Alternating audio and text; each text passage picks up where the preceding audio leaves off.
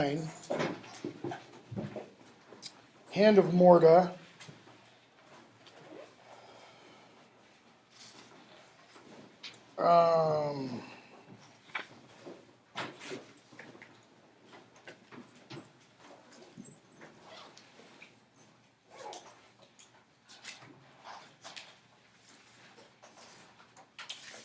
And Morta is getting ready to turn Terran into a beast.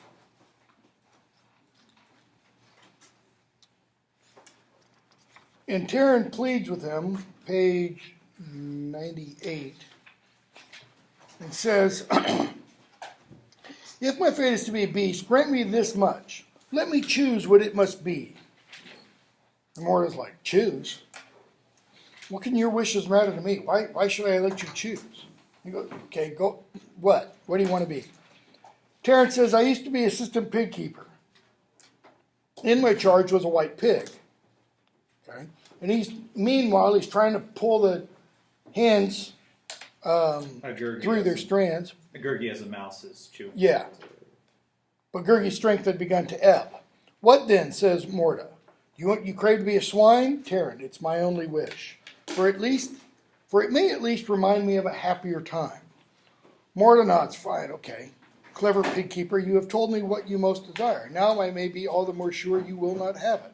Will you not give me the shape I ask? Okay, Gurgi keeps trying. Terran's trying to get his hands free.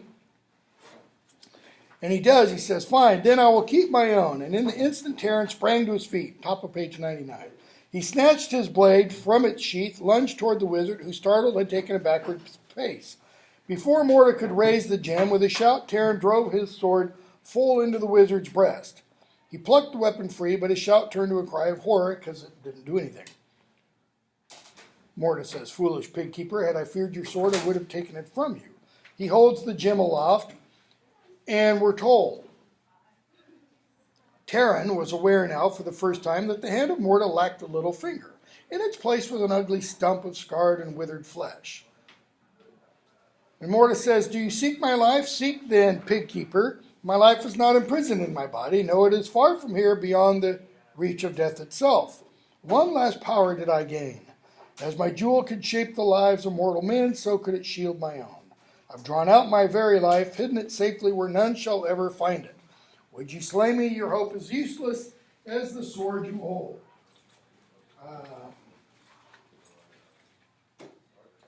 He says, now you'll suffer for your defiance and some other stuff, and you will be a blind, spineless, you will be a spineless, limbless, blind worm.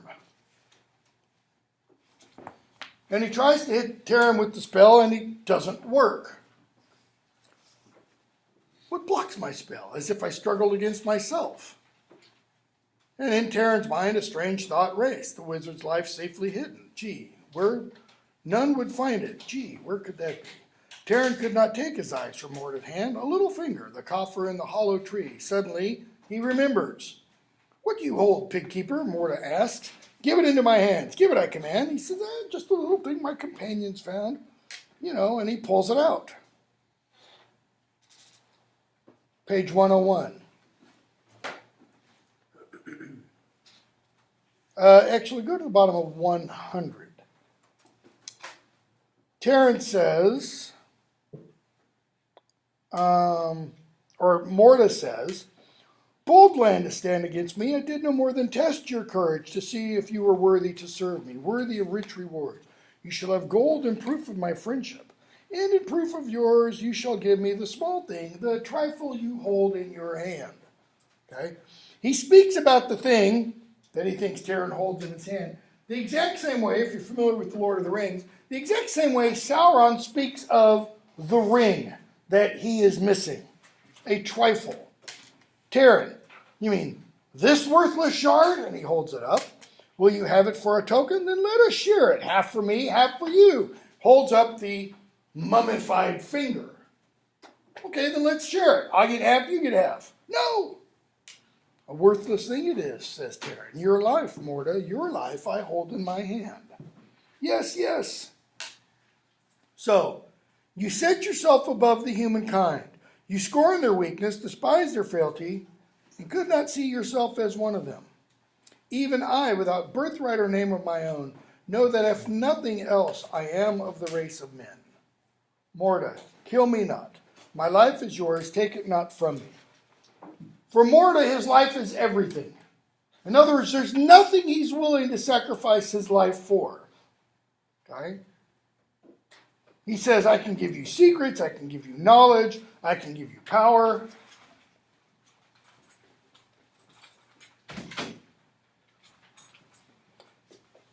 He says, I will serve you, bottom of 101. Serve you well, Master Pigkeeper, all my knowledge, all my powers, at your bidding. Terran. He even holds up the gem. The gem is not yours to give. Would you gain mastery of its use? Have you never dreamed of power such as this? Here it awaits you. The race of men at your beck and call. Who would dare disobey your smallest wish? Promise me my life, and I shall promise you, Terran. Do you bargain with enchantment you stole and corrupted? Let its secrets die with you.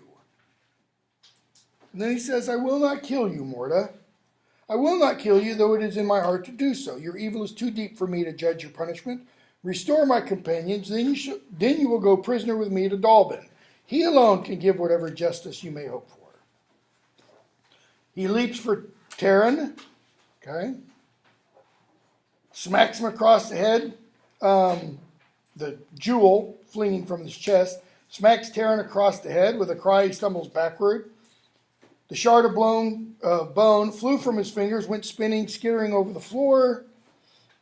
The wizard's trying to go after it, and we're told, bottom of 103. Morda hisses, your strength will not save you, it is no match for mine. You are weak as all your kind. Did I not warn you? My life is not in my body.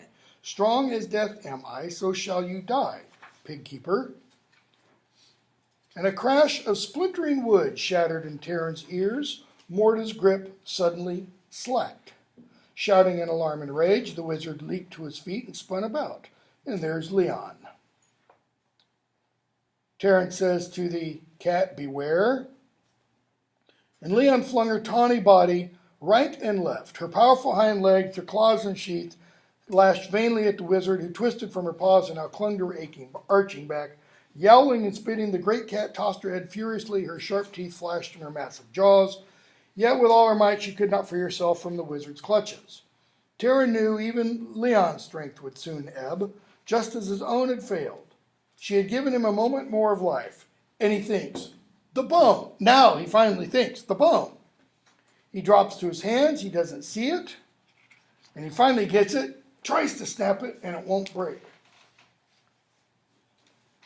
The polished splinter was unyielding as iron. He tries again. He tries a third time. This time, Morda's trying to take it from him. He felt the splinter bend as Morda strove to wrest it from his grasp. Suddenly, the bone snapped in two. Sound like thunder, Morda topples backwards. Gurgi, Fluter, the others are all changed back into their original forms. And Morda is dead, page 109. Terran's thinking of the jewel. He obviously is also thinking of what? Elianwe. He's thinking, I need to return it to her. And there's Kaw sitting up on a rafter with the jewel in its beak. Bottom of 109. Dolly peered at the gem as Terran held it up. So that's how Morda meant to enslave us. This comes from the fair folk realm. We always honor the House of Lear and gave the stone to Princess Regat as our wedding gift. She must have handed it down to her daughter, and when anger had vanished, the jewel vanished with her. Terran, and now it comes to my hands. Morda has turned a thing of usefulness and beauty to evil ends. Whether it may ever serve its true purpose again, I don't know. He says, it draws me. That is, it tempts me. I want it. And frightens me too. Its power is vast, too vast perhaps, for any man to hold. Even if I could learn its secrets, I would not choose to do so. And he looks at Gurgi and says, you call me wise? At least I'm wise enough to know I'll never have wisdom enough to use it. Remember last week I put on the board, no thyself. What's Terran's whole journey for? To Find out who he is. Okay? He just said, at least I'm wise enough to know I'll never have wisdom enough to use this jewel, whatever this jewel is. I mean, we know what it is. But he says it might serve its purpose. I could bargain this with Orville. Then she could tell me what I need to know. This is a treasure she won't refuse. And he keeps thinking about that. He looks at Dolly and says, the gem is mine, but only mine to give, not mine to keep. And he gives it to Dolly to give it back to King Adelag. You've done us a service, Dolly says. Very likely the greatest service any of you mortals have done for the fair folk. Without your help, Morta could have destroyed us all. Yes, the gem must return to our realm. It's too dangerous in other hands. You chose well. King Adelag will remember you for this. You have his thanks and mine. Now keep in mind, what could he have done with this jewel? Gone to the witches and been like, here, Okay, yeah, other than that. I mean, because that's the thing he spits out. He could have been one of the most powerful people there. He could have been the most powerful person in all of Prydain. He could have essentially made himself a king. Okay? Not rightfully, but still. He could have had all knowledge. He could have become wiser than Dalbin. but Eilon we wouldn't have approved. Well, Eilon we wouldn't have. He could have theoretically, depending upon the powers of stone, made Eilon we love him. You know? So he gives it up. And he says, top of 111, as he pats Gurgi on the shoulder, Morta couldn't have changed what you truly are any more than he could have changed Dolly. Mouse though you might have seemed, you still have the heart of a lion. But what about me? As a caged eagle, as a blind worm, could I indeed have stayed myself? Would I still have been Terran when I scarcely know who Terran is? Again, talking about he doesn't know who he is. So. Exactly. He doesn't, he lacks self-knowledge. Okay? They're making their way towards the free Kamats, 112, or Comets, I don't know how you're supposed to pronounce that name. And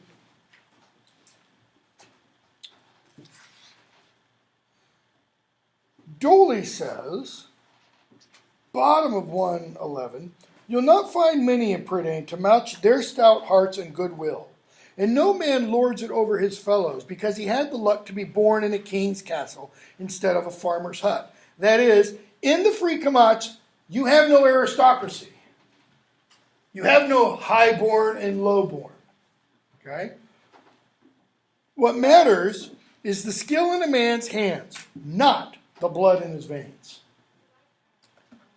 Dolly is telling us something there. In the free Kamats, nobility is not something you're born with. Nobility is something you do. It's an action. It's a behavior. Okay? But he says, I can't tell you any more than that because I don't know about that. He says, as for the mirror of you that you speak of, the mirror of Lunette, never heard of that either. He said, there's a lake of Lunette in the Logadarn Mountains. Maybe that's it. Okay? And then Terran shows him the battle horn that he has. And Dolly says, where did you get that? Eilon gave it to me. This is middle of 112. It was her pledge. He says, that's fair folk craftsmanship. Can't mistake it. Okay, and they keep talking, and Terran says, it's empty. The dwarf, empty? All used up? No. There's one left. No more than that. Terran, one what? What are you talking about? One call, what did you think? Terran, I don't understand. Well, if you'd listen, you would. In other words, shut up. And I mean listen hard. He pursed his lips, whistled 3 long notes of a pitch and sequence strange to Terran. Hear that? Sound those notes on the horn, just so, mind you, no other way. and they'll bring you the nearest fair folk who will do whatever they can if you need help. Do you remember the tune? Dolly whistles it again. And Taran, takes the horn, gets ready to blow it. Not now. He says, I told you, there's only one more summons. So if he did it now, he'd use it. Okay? Taran says, you've done me a priceless favor, Dolly. No favor at all. The horn serves whoever happens to have it, in this case you. I've done nothing but show you how to gain a little more use from something already yours. It's common courtesy. Guard it well. Squander it like a fool at the first whiff of danger, and you'll regret it when you're really in trouble. Okay? Now, he's going to have an opportunity to use it. Okay? Next chapter is Dorth, where Taran and the others get captured by Dorth, page 118 and following. And Taran tells him where he's headed, page 119, the Mirror of Lunet. And kind of towards the top of the page, Taran says, if I find what I seek, it will be more to me than gold. Dorth, but what would such a treasure be, Lord? Jewels? Fine fashioned ornaments? Taran, no, I seek my parents. He goes, no, I want the truth, kid. Why? Why does Dorth not believe Taran? Because all you can think about is just material gain. Yeah, all he thinks about is money, or jewels, or gold, or stuff like that. He's kind of a selfish, greedy person. Yeah, well, he's a robber. I mean, you don't rob people for their ideas. You don't rob people for their, parents' names. Okay? So, Taran tries to turn down his offer of aid for the night and such. And he thinks, maybe I should blow Eilonwy's horn, but he doesn't. Okay? Next chapter, they have a wager because Taran wants to part with them. And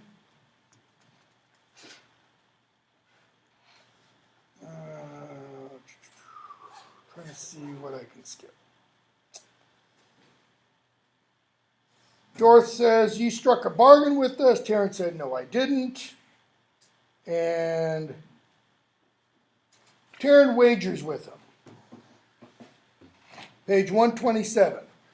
He says, okay, in lieu of your payment to me, we'll do this wager. Kind of single combat. Will you try me? My company against yours? Dorth says, my trade is to spill another's blood, not waste my own.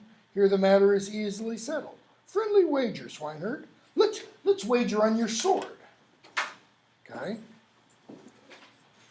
Taran says, just between us, you and me. Is your word as true as your claim? Taran flings back. I trust no bargain with you. My men will withdraw beyond the trees. Okay? So what happens? Taran loses.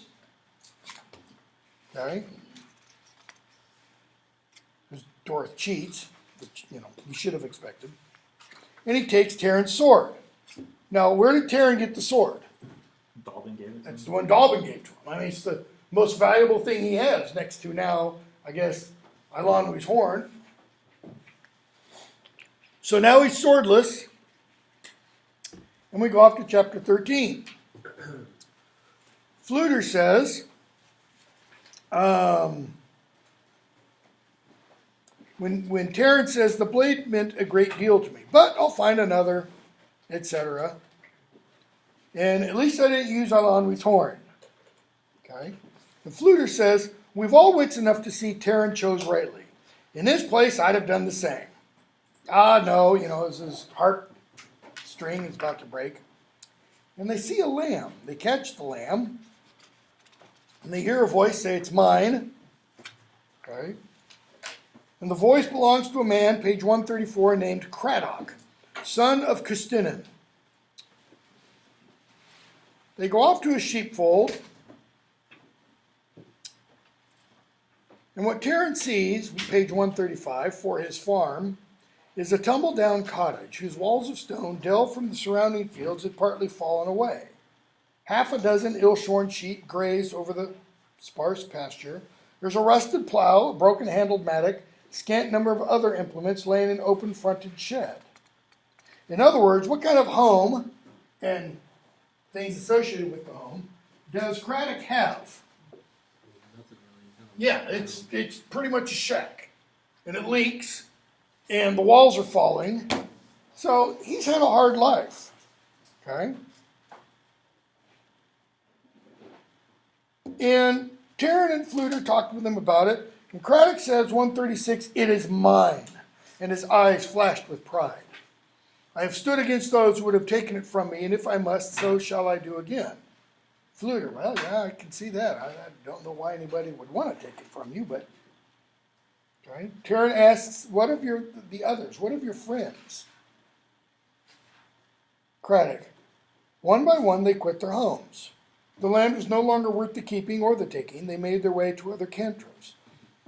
In despair, they took service as warriors or swallowed their pride and hopes, labored for any who would give them bed and board. Tarrant, you stayed in a ruined land. Why? To be free. To be my own man. Freedom was what I sought. I had found it here. I had won it." Tarrant's like, "Yeah, but man, your life's pretty..." Okay? So Tarrant says to Fluter, "I would help him if I could. He needs more than I can give." Okay? So he stays with Craddock, and we're told a story on 138 and 39. Craddock talks about his wife and his child. He says, "Her last wish," page 138, "was that I take the child from here. Even that wish I did not heed. To my mind, I had paid in blood, and more than blood for my freedom. I would not give it up. Too late was my choice. I knew the babe could not live out the journey, nor could he live out another winter." That is, he did try at one point. "But on a certain day, a wayfarer came by chance to my door. A man of deep knowledge he was, and of many secret healing arts. In his hands alone the child could live. This he told me. I knew he spoke the truth. So," he says, "I gave the child to the man. His name was Dalbin. And in the fireplace a thorny branch split and crackled. Craddock said no more, but his eyes never left Tarrant's face. Fluter and Gurgi stared wordlessly. Slowly Tarrant rose to his feet. He felt himself trembling. For an instant feared his legs would give way under him. He put a hand to the edge of the trestle table. He saw only Craddock silently watching him. Do you say you are father to me? The promise has been kept," Craddock says. How did Craddock know to use the name Dalbin? "I am Tarrant of Caer Dalbin," Tarrant introduced himself as. Okay. So Tarrant stays, Fluter leaves, Gurgi stays, because Gurgi's going to stay with Tarrant. Okay. And just before Fluter leaves, Tarrant says, page 141, "But I don't believe him." Fluter, "How's that? You know he's your father. Now you really baffle me. Can you not see? I don't believe him because I don't want to. In my heart secretly I'd always dreamed, even as a child, that I might be of the noble lineage." Ah, okay, I get it.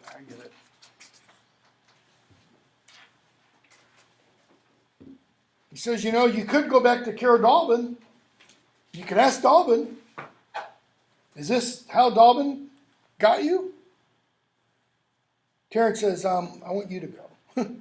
You go ask Dalbin. He says, I've got to stay there. Winter would be here by the time I returned, and he's not going to have enough aid to keep him through the winter. So he says, I'll stay. Fluter, if you are willing, ride to Caer Dalbin. Tell them my search is ended, etc.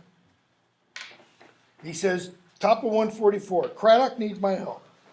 His livelihood and his life depend on it. I will not withhold it from him. Tell Ilonwe to just forget about me. Okay? So, he stays. And page 145, we get a description of Terran and his working for and with Craddock. Tall gray summits rose about him like the unyielding bars of a cage. Prisoner, he sought freedom from his memories and the harsh toil of the long days. There was much to be done. Indeed, there was all to be done. The land to clear, the cottage to repair, the sheep to tend. At first he had dreaded the dawns that brought him weary as if he had not slept from the straw pallet by the hearth to the seemingly endless labor awaiting him. But soon he recovered. As Call had told him long ago, that he could force himself to plunge into it as an icy stream and find refreshment even in his exhaustion. So what does he do? He rebuilds the house, he plows the field, builds the fence. Okay. One day they're out, pages 146 and 47. And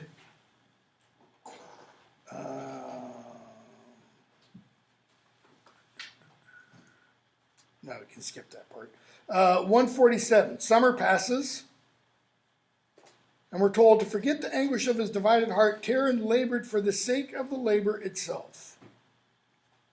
He's no longer thinking of Ilangri. He's just working to work and make himself so exhausted he just crashes every night. So it has to be kind of like earlier in the book where you're saying that Kyle's telling him, like, through his work, he can find peace because he wouldn't be thinking about it. Yep, he'll find peace for his heartache. Okay. Gurgi asked to be put in charge of the flock, and they agree. So we get chapter 15. Okay. Terran tells Craddock all about his life at Caradalbin and everything that had befallen. Okay.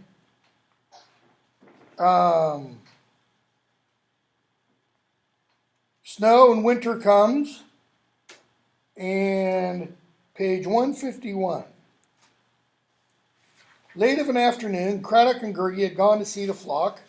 Terran's back at the house. Gurgi comes bursting through the door. Tells Terran to come quickly. Terran follows him. And top of 152. Down a cliff edge, he sees a narrow ledge. And there's a figure, arms outflung, lay motionless, one leg twisted under his body, partly covered with fallen stones. It was Craddock. Terran's head spun with shock. Grief struck him like a sword, but then, beyond his will, terrified in its sudden onrush, a wild sense of freedom flooded him.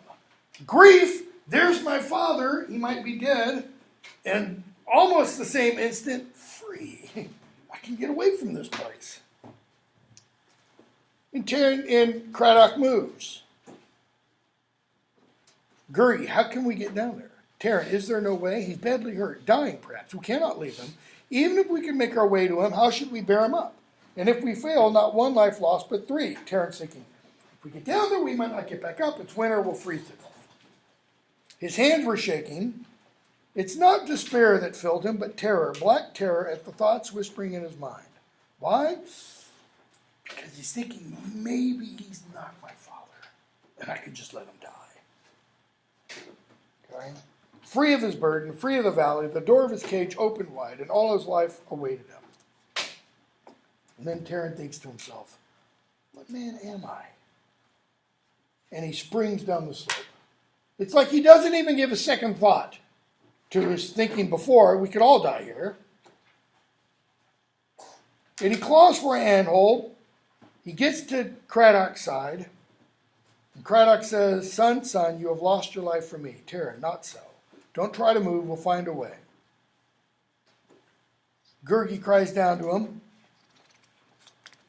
and Terran sees that the sharp stone, pages 150, bottom of 153, top of 154, had wounded him sorely as a blade. Each breath he drew filled his lungs with fire. He gestures for Gurgi to lay hold of Craddock's legs. So they're holding Craddock, and Craddock says, leave me. Leave me, you waste your own strength. Terran, what son forsakes his own flesh and blood? Save yourselves. You are my father. No. No. Heed me now, it will be too late. The duty of kinship you owe me none. No bond of blood holds you. Wait, but you said Never have I been false to any man save once to you. You lied to me? Half truth. Okay.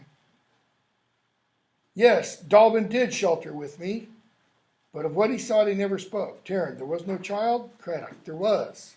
Our firstborn, but he died before them. His mother died with him. At first I leaned upon you as my crutch, Craddock says, because you served my need, but no father came to love a son more dearly. Okay? He tells Tarrant, leave. Tarrant puts his hand down and he touches the battle horn and he thinks, that's it. He blows the horn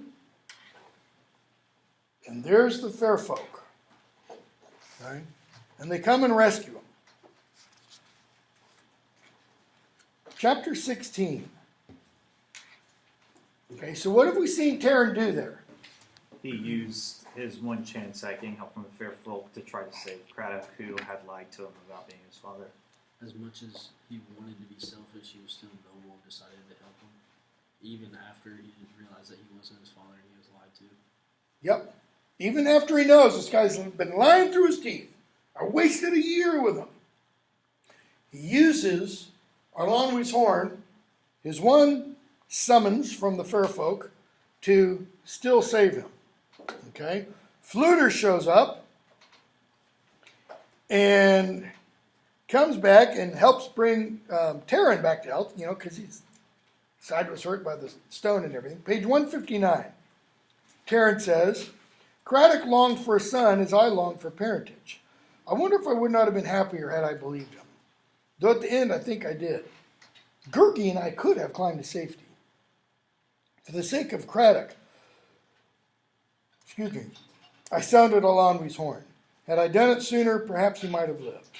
He was a man of courage and a good heart, a proud man. Now he's dead. I saved the signal to use in a worthy cause, and when I found it, I'm not going to keep opening and closing doors, folks. So get here on time and stay. He says, and when I found one, it was wasted. I wasted the horn, he says. Fluter, wasted? I don't think so. Since you did your best and didn't begrudge using it, I shouldn't call it wasted at all. Tarrant, there's more that you don't know. I wanted to leave him. Well, each man has his moment of fear. If we all behaved as we often wished to, there'd be sorrow doings in Prydain. Count the deed, not the thought. In other words, you wanted to leave, but you didn't. Okay? Nobility is what? Behavior. It's doings. It's not thoughts. It's not blood. Terry, in this I count my thought as much. It was not fear that held me back. Will you know the truth? I was ashamed to be base-born. So ashamed it sickened me. I would have left Craddock to his death. Yes, left him to die, because I believed that it would have set me free of him. I was ashamed to be the son of a herdsman, but no longer. Now my shame is for myself. Okay? So he says, I'm done seeking the mirror. Page 160. Fluter, what? Give up your search? Tarrant, you've regained your health, but not your wits. I give it up. My quest has brought only grief to all of you. And for me, it's led me not to honor, but to shame. How does he mean shame? Because he thought what he found himself was that he was just a selfish person who didn't deserve honor. This whole time he's been seeking who he is, but now that he realizes he's not happy with who he is, he's like disappointed in himself. Yeah, he's not happy. He hasn't learned to accept himself, even though he doesn't know yet who himself really is. He says, it's not led me to honor, but to shame. Tarrant makes me sick at heart. I long to be of noble birth, longed for it so much I believed it was true. A proud birthright was all that counted for me. Those who had none, Craddock, Aidan, when I admired them as I admired Aidan, as I learned to admire Craddock, I deemed them lesser because of it. Without knowing them, I judged them less than what they were. Now I see them as true men. Noble? They are far nobler than I. And then what next step doesn't he take? He says they're noble, far nobler than I, and yet they're common/base born. So what can he be? He can be noble. Yeah, but he doesn't see that. I am not proud of myself. I may never be again. If I do find pride, I'll not find it in what I was or what I am, but what I may become. Not in my birth. Bingo. Yeah. So does this also go back to what we talked about last week when you said that man can be what he believes to be as long as it's the truth or whatever? Yeah, to some extent. He says, if I do find pride, I'll find it where? Not in my birth, but in myself. So, Fluter says, well, in that case, I guess we should all head back to Cara Dalbin. Taryn, no, I cannot face Dalbin or Call. Why? Because he's still not happy with who he is. He thinks he's a loser.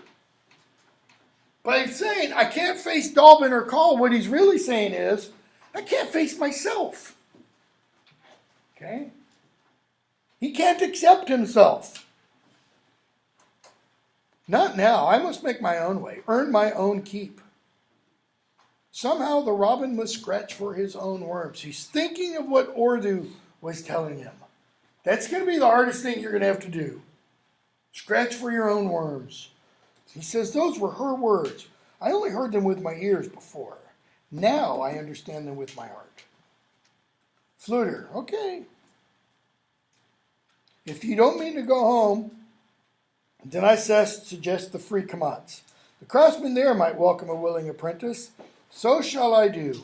Now I will scorn no man's welcome. Okay? Fluter says, I can't go with you. I got to go back to my own kingdom. Gertie says, I'll come. Gertie says, 162, Gertie only gives what is in his heart to give. He stays and asks nothing more. Once you comforted friendless Gertie, now let him comfort sorrowful master. Notice that. Gertie only gives what is in his heart to give. Gertie only gives of himself. It's all he can. Taryn hasn't yet learned what is in himself. See, Gertie has self-knowledge. Taryn doesn't. You're always comparing stuff to Harry Potter. It's kind of like that Dolby or something like that. Dobby character. A little bit that's how Gertie is. Yep. Yeah, pretty similar. All right. So he goes on, and he meets this guy named Lanio. Lanio, son of Lonwyn. Okay, page 164. And Taryn says, my name's Taryn. He goes, that's it? No more than that? Kind of short, isn't it? I mean, you have two parents, right? He's saying, what's your last name? Taryn. Call me Wanderer then. Taryn Wanderer. Okay, that suits you. Okay. So, Taryn says, seeking pasture for the sheep. Lanio says, well then, okay, here you can stay. My thanks to you. 165. There's no grazing fresher and sweeter, no sheepfold safer. We've seen to that, labored since the first thaw to make it so. Taryn, but I fear they may crowd your own flock, because Taryn has found some sheep. Lanio, my flock? I don't have any. Taryn's found a flock of sheep. Lanio has a sheepfold, but no sheep.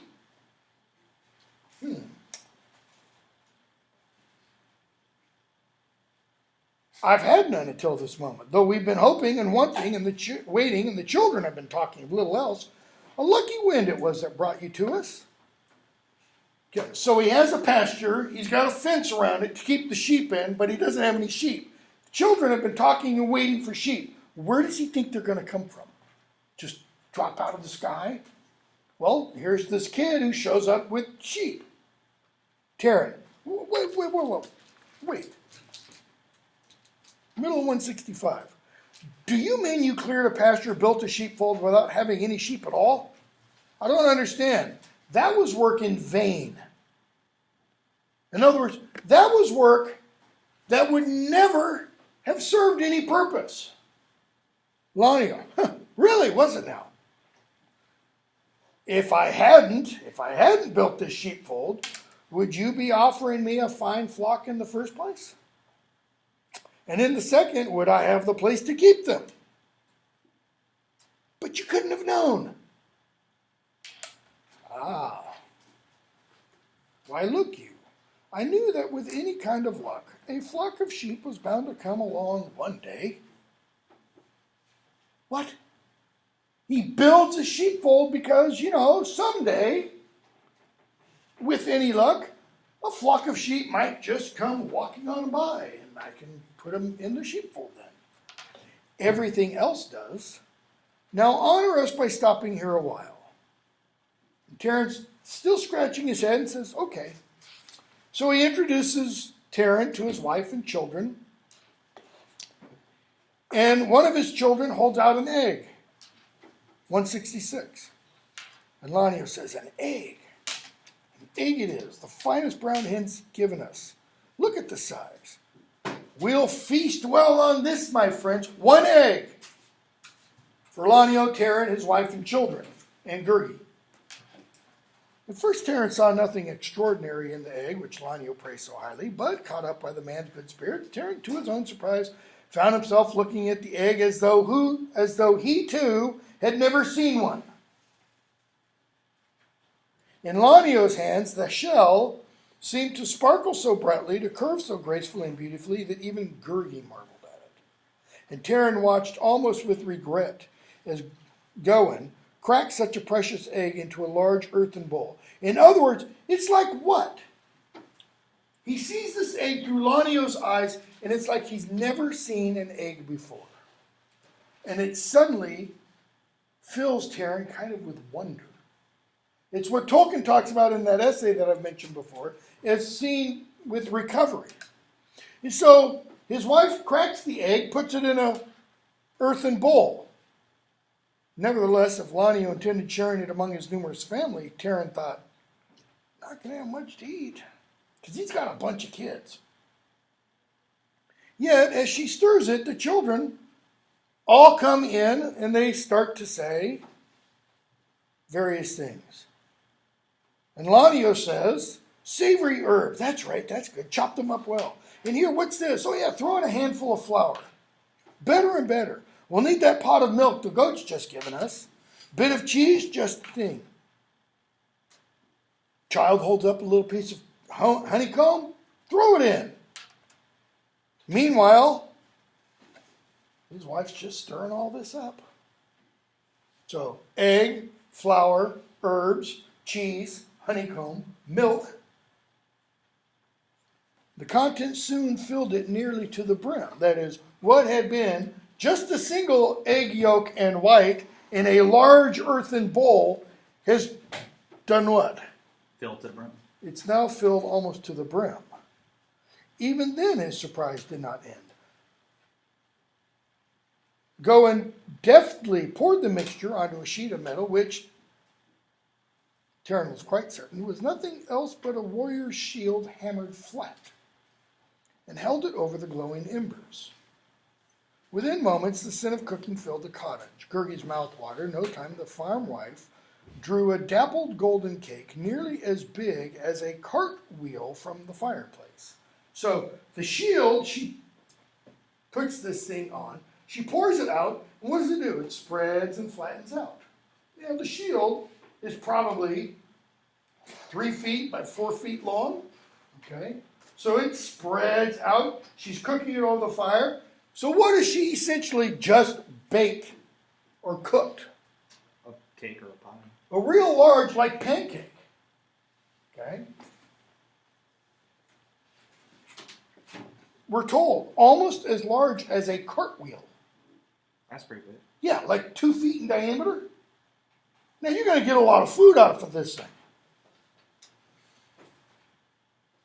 Lanio quickly sliced it into pieces, and to Terrence's amazement, there was not only enough for all, but some left over.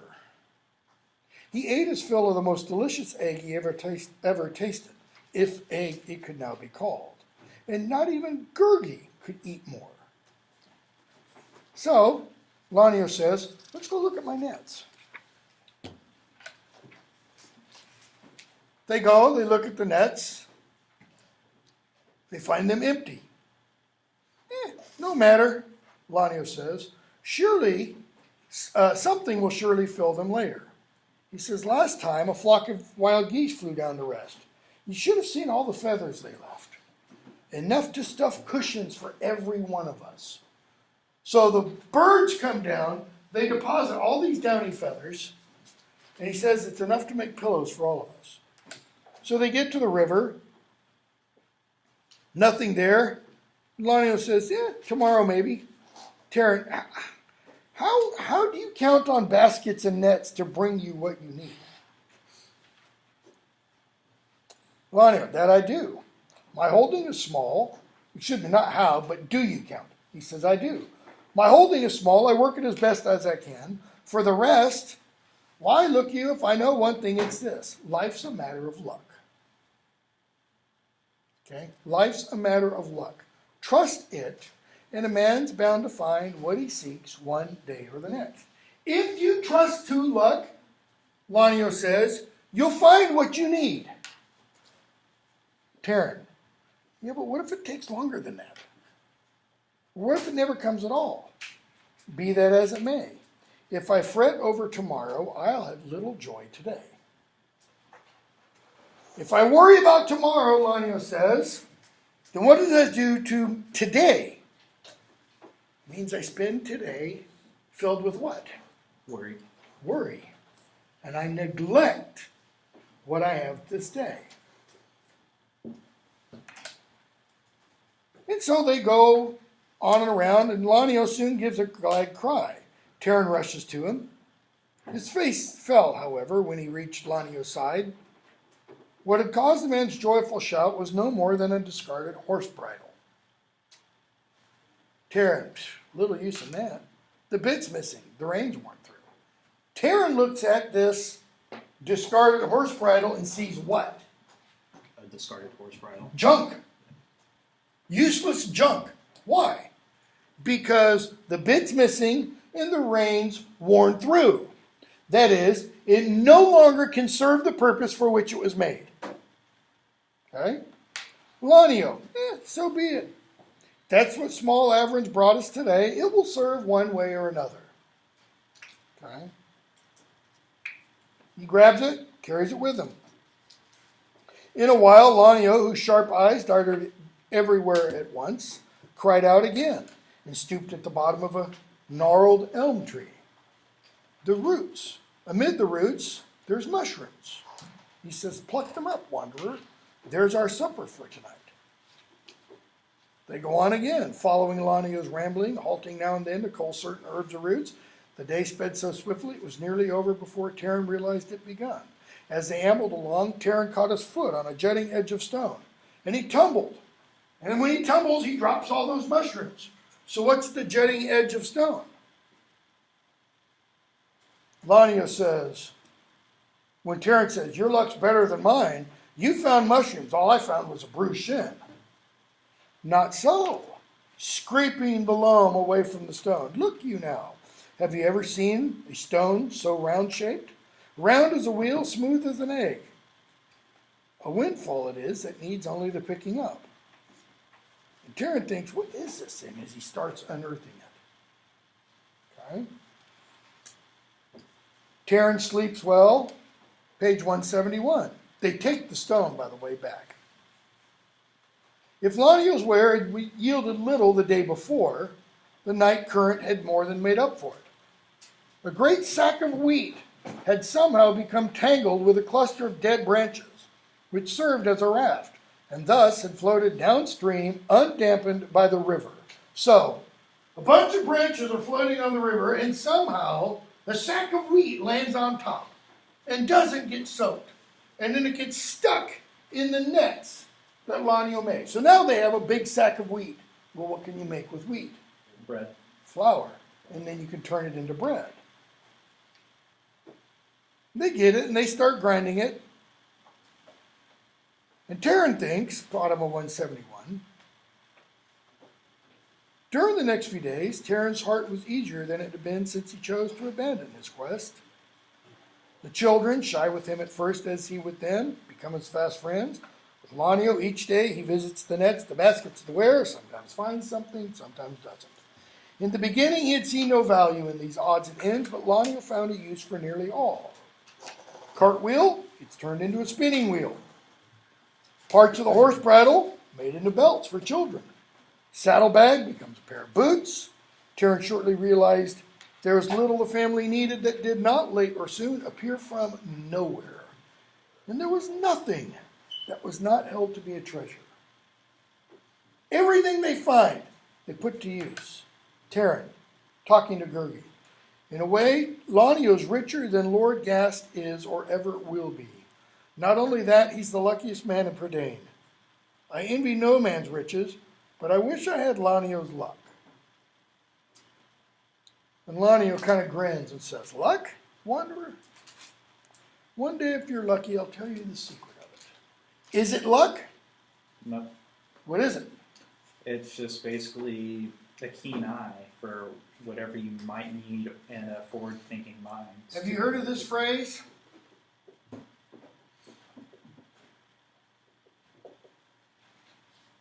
One man's trash Is another man's is another man's treasure. Every one of the things he found, somebody had discarded. Okay? Terence starts to think about all that wheat in the stone that lay in the shed. He says, 172, I wonder if it couldn't serve to grind meal better than the kern. Lanio, well, do as you see fit. Still pondering his idea, Terence roamed the woods until he came upon another stone of much the same size as the first. That's a stone of luck, stroke of luck. He laughs.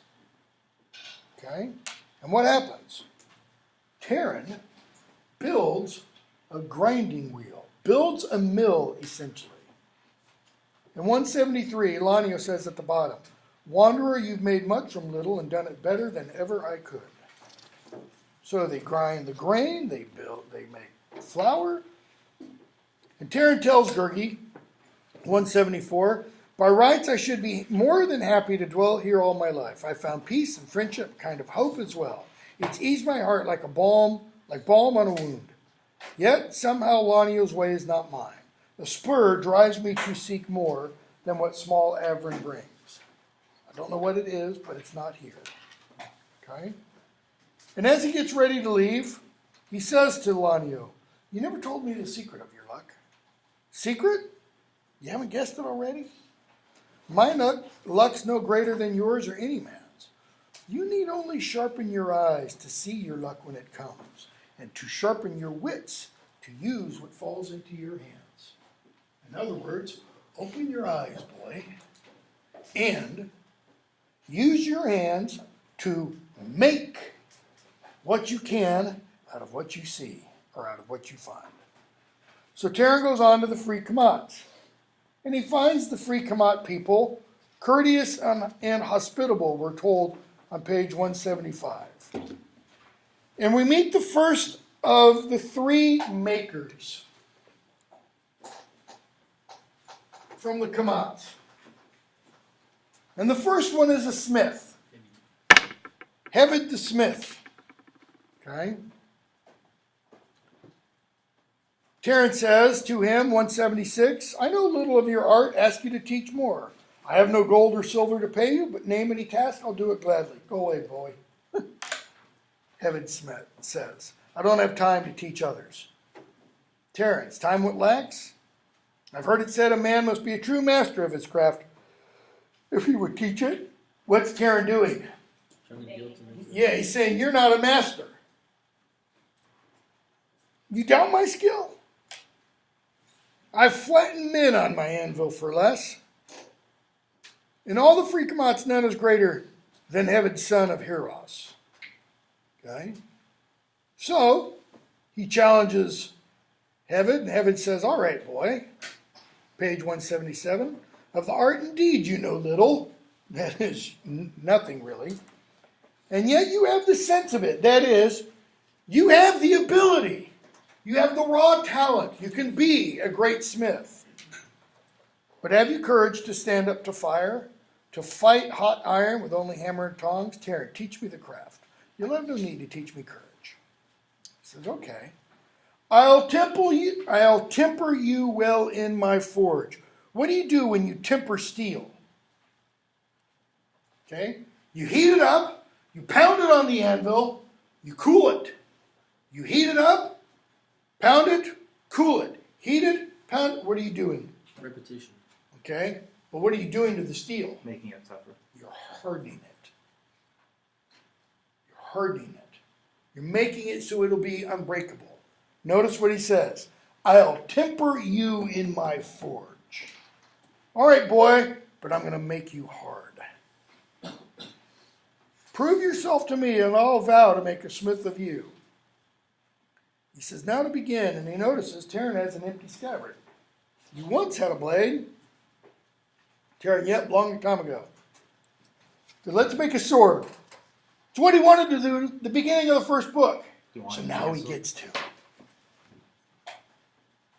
And when you've done, 177, you'll tell me which is harder labor. Smiting, using the sword, or smithing, making the sword. Okay? And Taryn sees he's got all kinds of bars of raw iron. And he thinks he'll start me with that. But Heaven had no such intention. He goes, what? Start when the work's half done? No. No, you're going to forge a sword from beginning to end. Long paragraph. Thus, the first task Heaven gave Taryn was gathering fuel for the furnace. And from dawn to dusk, Taryn stoked the fire until he saw the forge as a roaring, flame-tongued monster that could never eat its fill. Even then, the work had only begun, for Heaven soon put him to shoveling in a very mountain of stones, then smelting out the metal they bore. By the time the bar itself was cast, Taryn's face and arms were scorched and blackened. His hands were covered with more blisters than skin. His back ached. His ears rang with all the clank and clatter and with Heaven's voice shouting. And Heaven says to him, life's a forge. Yes, and hammer and anvil too. What's he mean? Life shapes people. What's he mean by life? Good and bad. Okay? He had to start by smelting the iron. What does that mean? To remove the iron from the ore that surrounds it. The ore, essentially, is impurity. So you got to make the iron pure. Otherwise, your steel and your sword will have these impurities which will make it break easily. Right? So you got to get all the impurities out. Well, life does that. Okay? Through School of Hard Knocks, you'll be roasted, smelted, and pounded, Heaven says. And you'll scarce know what's happening to you. What does he mean? Growing up kind of sucks. Okay, you're growing up. Kind of sucks. It's not only you're just growing up, though. It's even after you've grown up. That is, while you're taking the roasting, the smelting, the pounding, you'll scarce know what's happening. Right?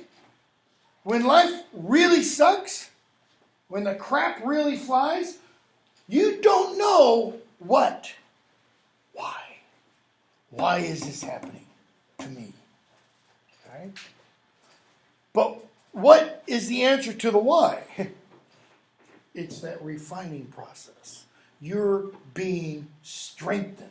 You're being toughened. Okay? Building character. But stand boldly to it. That is, stand boldly to the forge. Endure it. Metal's worthless till it's shaped and tempered. In this analogy, or in this metaphor, what is the metal? The individual being shaped and tempered by life. The individual is worthless. The person is worthless, Heaven is saying.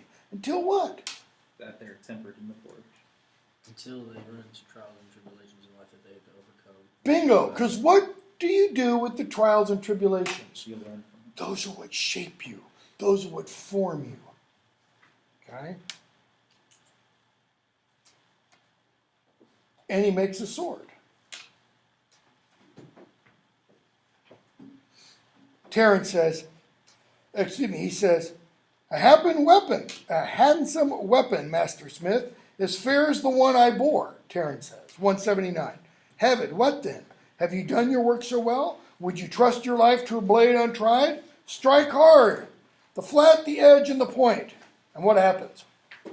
It breaks. So, ho, cries the smith. Bottom of 179. Did you think to gain a worthy blade at first go? Taryn, then what must I do? Start over. How many of us like being told? Start over. No. Again. Great film, Miracle, about the 1980 American Olympics hockey team. Okay? There's a scene in there after the team's been screwing around, both literally and figuratively, during a tournament in Europe, where the coach, after their final game, has all the players come out onto the ice. And he has the assistant coach put the whistle in his mouth, and he's going to have them running what we used to call in soccer line drills. Come out 10 yards, go back to the beginning line. Come out 20 yards, back to the beginning line. Come out 30 yards, back to the beginning line. Out 40 yards, back to the touch line. Come all the way out to midfield, back to the end line. Wearing full gear with sticks in their hands. He has them do it. The guys all get back. Again. Blows the whistle. They do it again. By the time they stop, some of the guys can barely stand on their feet. What's he doing in that scene? He's doing this. He's testing them. He's trying them.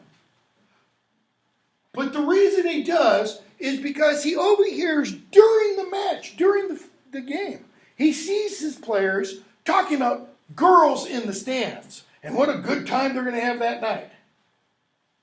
Okay? And he asks some of them, who do you play for?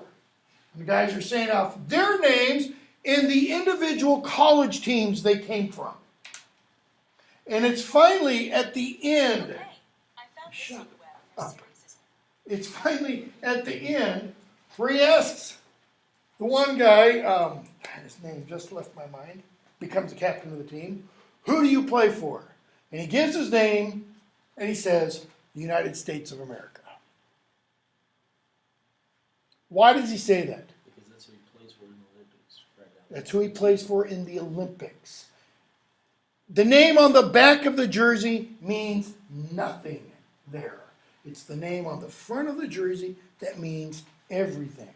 But what's he doing? He's trying them. He's taking about 30 individuals. And this is the difficulty he has. Taking 30 individuals and teaching them not to be individuals. He takes all these famous players. And the U.S. hockey team says, this is crazy. You're taking the best players, the best individuals that we have. And he goes, that's just the problem. They're individuals. I'm making a team, not a group of all-stars. Because all-stars play like what? Also, Star. It's about me, baby. It's not about the name on the front. Taryn has got to be broken down and rebuilt. Okay? That's what the forge does to him. Okay? He labored grimly and doggedly. Bottom of 179. All the more dejected when heaven ordered him to cast aside 2 new blades before they were even tempered. That is, he gets them shaped, but he doesn't get to start dunking them in the cold water, putting them back in the forge. Because they're already flawed. The next blade he shaped seemed to him ugly, dented, and scarred. Without the fair proportions of the first. And this too we would have cast aside. But heaven said, that might work. Notice, ugly, dented, scarred. In other words, not perfect. Doesn't have to be pretty to serve its purpose, though. Heaven says, that can serve. Terran strode to the block, raised the sword, swings it. The blade rang like a bell, meaning there's no imperfection in it. Okay? If it rings like a bell, that means it has all the proper characteristics within it. Now, says heaven, that's a blade worth bearing. He clapped his hands, seized Terran's arm, and says, you strengthened those chicken wings after all. You proved yourself as well as you proved the blade. Notice, you proved yourself. Proved means what? Tested. You tested yourself there, Terran. Stay, lad. I'll teach you all I know. Terran, you've taught me much. Though I lost what I hoped to gain. For I had hoped I was indeed a swordsmith. I've learned that I'm not. He says, you've got the makings of an honest swordsmith. You could be as good as any in Prydain. Terran, cheers me to think that may be true. I know in my heart your craft is not mine. So, I got to go on from here. He goes on. Heaven says, you're well named, wanderer. I ask no man to go against his heart. Keep the blade in token of friendship. Terran, it's not a noble weapon. What does he mean by that? It's not pretty, but it'll do the job. Lucky it was that I didn't have to make a dozen before it. Heaven, luck? No. More labor than luck, page 181. Life's a forge, I say. Face the pounding. Don't fear the proving. Don't, Lloyd Alexander is saying, don't back away from challenges. Don't back away when things get hard. Face them. And you'll stand well against any hammer and anvil. Okay? So he goes off. And where does he go to? Where's the next place he stops?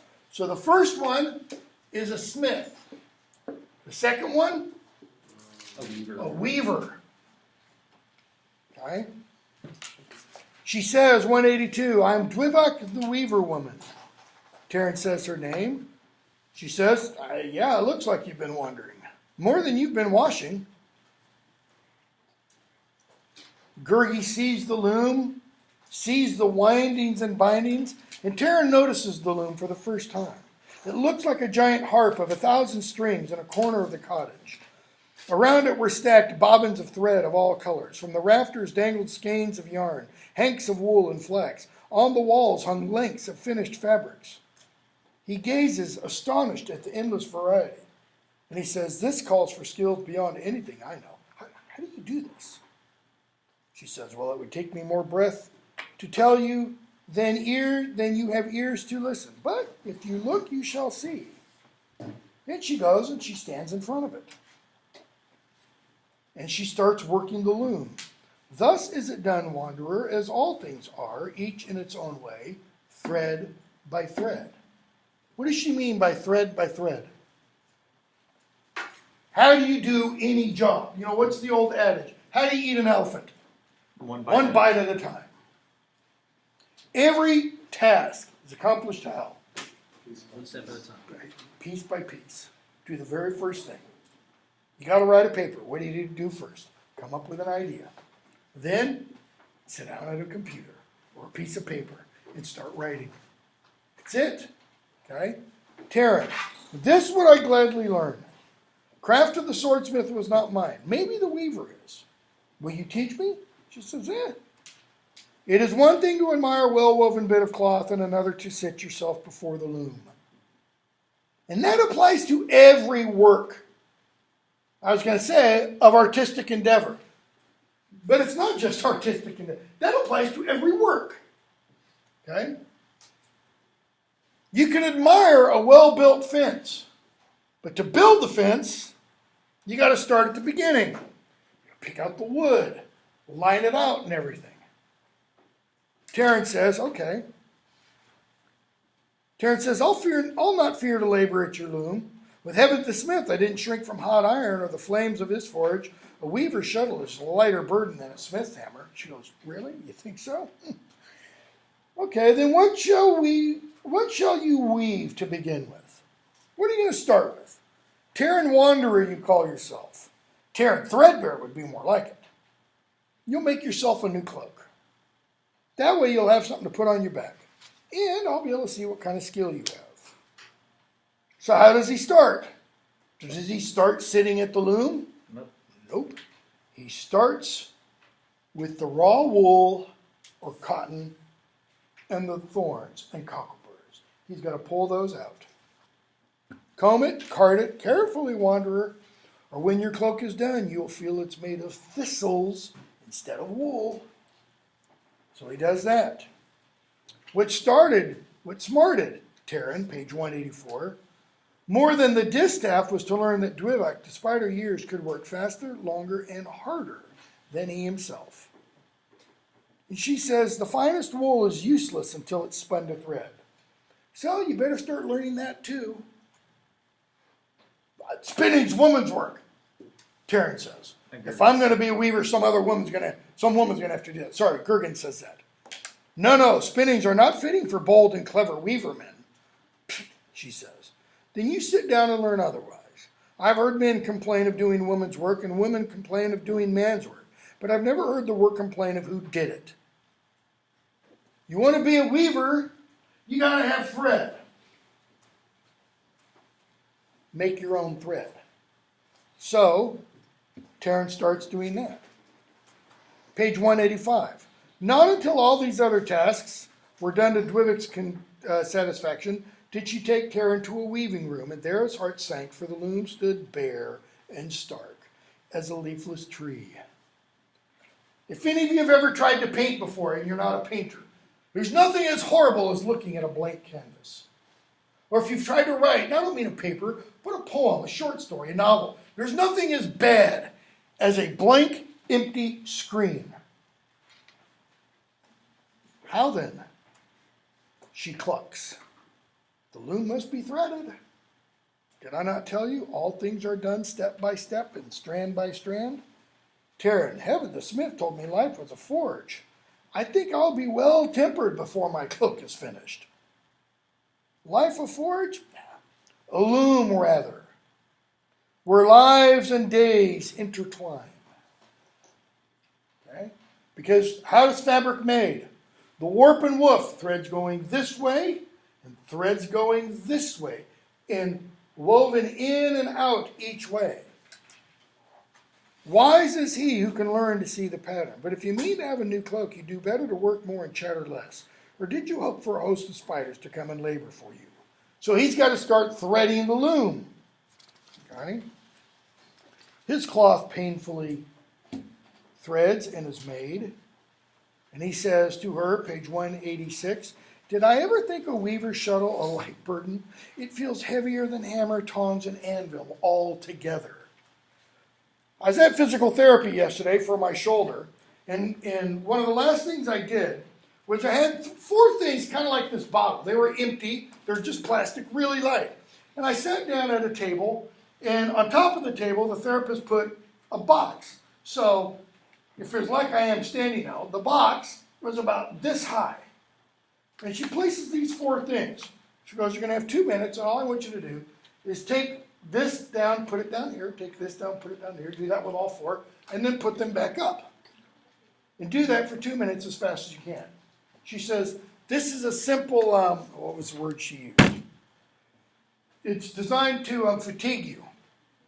You know, and I saw that and I thought, initially, well, that'll be easy, though I knew simultaneously at the exact same time, by the time I probably get 30 seconds in, that's going to be as hard as, 6 months ago when I was lifting weights, that's going to be as hard as pressing 300 pounds. Because with my shoulder is damaged and still getting back into shape, just doing this is hard. And doing it empty and doing that 2 minutes, okay? By the time I got to the last 2 seconds, I was like, that's barely able. Okay? That's what she's talking about. Or that's what he's talking about. She says, it's not the shuttle that burdens you, but lack of skill. A heavy burden wanderer that only one thing can lift. He says, tell me the secret. What's the secret to getting the skill I want? What is the secret for all of you? For any skill you've sought in life, no matter what that skill is. It might be an athletic skill. It might be an artistic skill. What's it take? Patience. Practice. But what does it take to practice? Patience. Patience. You don't pick up a football and throw a perfect spiral 50 yards first time. Doesn't happen.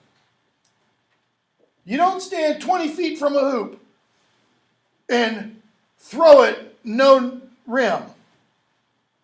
Perfect first time. You got to practice and practice and practice and practice. And what does it take to keep practicing when the first 100 times throwing it, it's wobbling? Patience. Because if you don't have patience, what do? You give up. What skill? What secret? Patience, wanderer. As for teaching it, that I cannot do. It's both the first thing and the last thing you must learn from yourself, right? Yep. Patience is the hardest thing to learn because the very fact you need to learn it shows you don't have it. He gloomily goes back to work. Because what's he want? He wants it to be done with. Wants it to be done with? He wants to learn. He wants to figure out what it is he is supposed to be doing. Yeah, but how does he want to learn patience? What is louder? Quickly. He wants the end run. Okay? How to learn, certain things on the internet. How to learn to do something in what? 5 easy steps. Learn to play the piano in 30 minutes. Really? Don't think so. So, he weaves. He says the pattern, I don't know, it doesn't please me. She goes, well, now then, wanderer, no man put a sword to your throat. The choice of pattern was your own. That is, you wove the pattern. He says, yeah, but it was, but I don't like it now. I'd rather have chosen another. Well, okay. Then you have but one of 2 things to do. Either finish the cloak that you'll be ill content to wear, or unravel it and start all over. For the loom weaves only the pattern set upon it. He looks at it. I don't like it. So he unravels the whole thing. And then when he finishes, this is far better than what I had, he cries. But I doubt, 187, I'll ever be able to wear a cloak again without thinking of every thread. Well woven, she says, you have skill in your fingers, wanderer, enough to make you one of the finest weavers in Prydain. And if my distaff and your knuckles met more often than you like, it was because I deemed you worth reproving. She says, stay with me, I'll make you a master weaver. You'll be the best weaver in Prydain. But, she says, I know that's not what you want. A young man's way is restless, yes, and a young girl's too. I'm not so gone in years I've forgotten. Your face tells me you don't want to stay here. He says, I thought I'd be a swordsmith. Didn't want that. Then I hoped to be a weaver. But that's not it either. You speak the truth. This is not the way I would follow. What does he mean by the way? Not livelihood. He's saying, this is not the path that's meant for me. She says, okay. But mind you, if life is a loom, the pattern you weave is not so easily unraveled. Why? Why is life different than a cloak? Because you can't start over anymore. You can't make those decisions all over again. You can't go back to being a 1-year-old and say, okay, now I'm going to make the smart decisions. No. If life is a loom, maybe that's not the way to put it. Maybe our life is the cloak that we weave through our actions and decisions. So when you get to the end of life and you look back and it's ugly, that's the cause of what? Yourself. The decisions and actions you made. So, he thinks as he's leaving, the words of Dwivek lingered in his mind, and his thoughts turned to another loom, and he thinks of Urdu. Does she weave with more than threads? The robin has truly been scratching for his worms, but have I indeed chosen my own pattern, or am I no more than a thread on her loom? He's starting to understand a little bit more about Urdu. If that be so, then I fear it's a thread serving little purpose. And he goes on and he meets another man. A man digging busily at the water's edge. Okay? And we're told, Terence says, good greeting to you, Master Delver. What place is this? And he says, well, the water your horse is standing in and churning my mud is Fernbreak Stream. This is Comet Marin. And Terran meets the potter, Anlaw the clay shaper. We're actually going to stop there because I want to talk about Anlaw altogether. And then we'll definitely finish Terran on Thursday. So have started the High King. We'll try to get through about half of it.